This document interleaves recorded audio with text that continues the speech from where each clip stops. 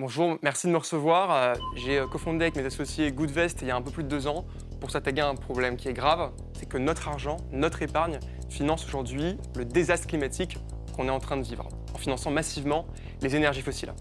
Comme 2 tiers des Français, vous avez peut-être envie que l'épargne qui est en train de construire votre futur serve à financer la transition écologique. Et aujourd'hui, c'est très compliqué. Il y a énormément de greenwashing et les particuliers sont perdus dans leur volonté d'investir responsable.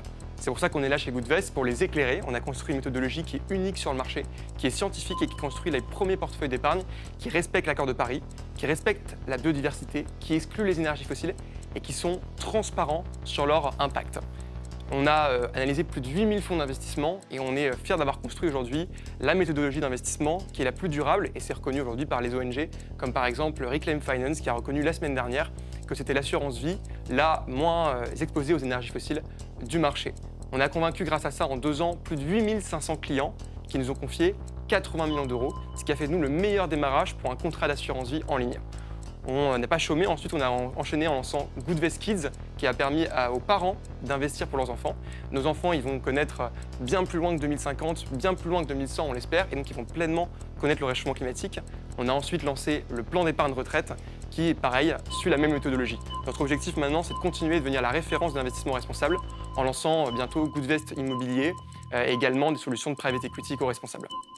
Merci. Merci Joseph, merci beaucoup pour ce pitch. Est-ce que notre jury a des points à éclaircir avant de délibérer? Oui, moi j'aimerais savoir si l'idée vous est venue comme ça ou si vous avez des modèles qui sont déjà partis sur cette piste-là à l'étranger. Ou... Alors c'est un modèle qui est assez unique au sein de l'Union européenne. On est le seul pure player de l'investissement responsable en ligne pour les particuliers. L'idée elle m'est venue pendant le Covid. L'épargne s'accumulait, les Français étaient coincés chez eux pendant le confinement. Et donc, il y a beaucoup de personnes qui sont tournées vers l'investissement, notamment vers la bourse. Et une grande partie également des épargnants s'est dit « Je veux que mon épargne, aujourd'hui, elle finance le futur dans lequel j'ai envie de vivre, les énergies renouvelables, la mobilité bas carbone, le recyclage, l'accès à l'eau. » Et on s'est rendu compte que c'était vraiment très compliqué pour les épargnants de le faire. Et c'est pour ça qu'on s'est dit qu'on allait créer une solution pour les aider avec une équipe de gestion et d'analyse d'investissement responsable dédiée à ça. Vous arrivez à fournir des taux justement qui sont attractifs? La performance, c'est effectivement un point qui est assez important. Beaucoup d'études le montrent. Investir de manière responsable, ça ne dégrade pas la performance. Et par exemple, l'année dernière, on a délivré entre plus 6 et plus 13% de performance. Alors, les performances passées ne présagent pas les performances futures, hein, vous le savez. Mais en tout cas, investir responsable, ça ne veut pas dire renoncer à la performance, surtout sur le long terme, quand on voit tout ce qu'il nous reste à faire sur le sujet. Oui, j'espère bien, parce que c'est une thèse d'investissement chez Ventec aussi. Mais solution d'épargne qui est uniquement digitale, la distribution, tu ne l'as fait que en ligne? Le canal de souscription, il est digital, l'espace client est digital. Après, on a des conseillers bien humains qui sont là pour accompagner les clients. On travaille avec beaucoup de partenaires qui nous distribuent aussi, des cabinets de gestion de patrimoine, des family office. La néobanque verte Helios également nous distribue. Donc, on a vraiment différents canaux de distribution, bien sûr. Et dans le scope concurrentiel, parce qu'on a vu émerger déjà il y a 5-10 ans, justement, des pure players de l'épargne salariée, de l'épargne. Ouais. J'en ai vu peu qui ont émergé vraiment. Du coup, comment tu penses qu'en rajoutant cet aspect écologique, tu pourras, toi, émerger? Alors en fait, le marché de l'épargne, c'est un marché qui est gigantesque. C'est 6 000 milliards d'euros d'épargne en France. Et donc, ce n'est pas un marché où the winner takes it all. Il y a beaucoup d'acteurs qui gèrent tous souvent des centaines de millions, voire des milliards. Je ne vais pas donner des noms, mais il y en a un certain nombre. Mais le marché aujourd'hui, il est assez crowded, il y a beaucoup d'acteurs. Et donc, ce qui est important, c'est de se démarquer. Et donc, c'est vraiment ce qu'on fait chez Goodvest en ne proposant que des solutions éco-responsables avec une méthodologie qui est très précise. Et c'est comme ça aujourd'hui qu'on a réussi à faire le meilleur démarrage sur le marché de l'épargne digitale. Merci Joseph, venez avec moi qu'on laisse notre jury délibérer. Merci Joseph. Joseph, vous venez à l'instant de pitcher devant le jury, comment est-ce que vous êtes senti? Plutôt bien, même si l'exercice de pitcher en 1 minute 30 top chrono, c'est pas simple. On est habitué souvent à pitcher en un peu moins ou beaucoup plus, mais j'ai l'impression que ça s'est plutôt pas trop mal passé. Vous n'avez rien oublié? On n'a pas le temps de tout dire, hein, c'est clair, mais les questions m'ont permis derrière de parler des canaux d'acquisition, de parler de nos différences par rapport à la concurrence. Donc, on a essayé de couvrir les sujets derrière dans les questions-réponses. Vous appréhendez les notes? Ça fait longtemps qu'on m'a pas donné de notes, honnêtement, donc ça va me rappeler des souvenirs qui sont plus ou moins bons. On va retourner au plateau pour découvrir les notes. Nous sommes de retour en plateau pour découvrir les notes de notre jury. Attention, c'est par 3, 2, 1. Et c'est un 7,5 sur 10 pour le pitch pour Eric, un 7 pour Audrey pour le marché du secteur et un 8 pour le produit pour Fred. Eric, je te laisse la parole en premier pour le pitch. Joseph, bravo. Merci. Alors, on va regarder la forme et le fond, d'accord? Parce que la forme sert le fond normalement. Sur la forme, tu es comme tes clients, tu es très engagé. Ça, c'est très bien, c'est très positif. On sent que c'est là, c'est présent. Il faudrait juste que tu mettes un petit peu le holà sur la vitesse. C'est un peu rapide. Il faut que tu comprennes que ce que tu nous dis, c'est nouveau pour nous. Et il faut que tu nous laisses le temps de digérer. Les silences, la vitesse, tout ça, ça fait partie de notre confort d'écoute. Mais sinon, globalement, c'est très bien. Pourquoi 7,5 et pas 10 ? Parce que je pense que tu peux faire encore mieux, et principalement sur le démarrage.